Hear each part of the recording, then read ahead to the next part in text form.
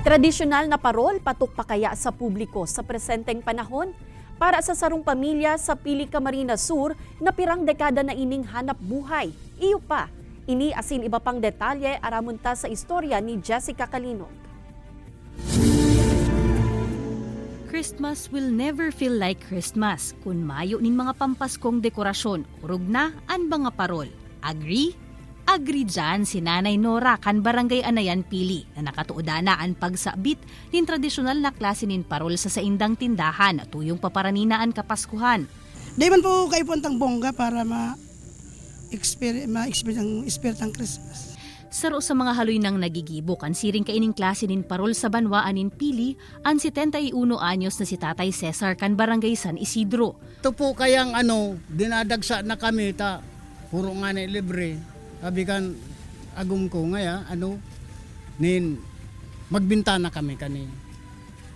Ako na lang ngaya mag-design. So siya na po ng para design kanin. Bulanin Oktubre pa sana.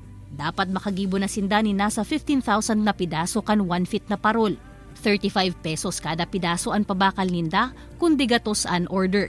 Kung pasaro-saro man, 40 pesos kada pidaso. Pero dakol man po kaya kami nagigibo. Halos kami po gabos na magtururugang.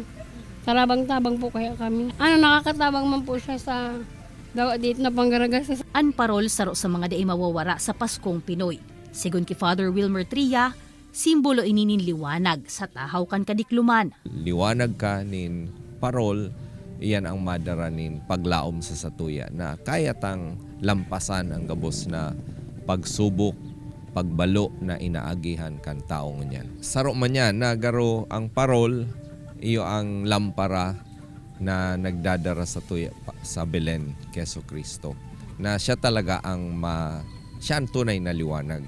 Mayo man subuot sa klasikang dekorasyon ang pagselebrar kan Pasko, kundi yaon sa kung ano ang simbolismo o mensaheng laong tang maipaabot sa sisay man na makakahiling kaini. Kaibanan si Gerald Gandia, Jessica Calinog, Balitang Bicolandia.